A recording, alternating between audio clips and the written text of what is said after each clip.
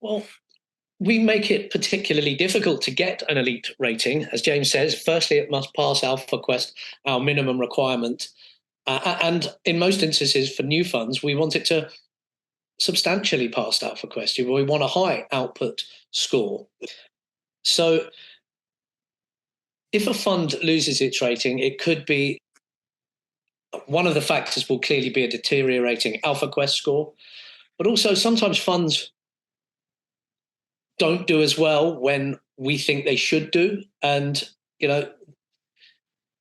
whilst we make it very difficult to gain an elite rating, we have to be as diligent on the other side. And when we think things are changing, that can be for a multiple of factors, but it might be that a fund or a strategy is in redemption, which is making it much more difficult for a manager to show alpha.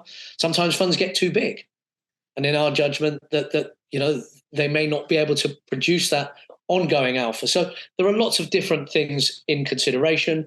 It doesn't mean a hard sell signal, but it certainly should be triggering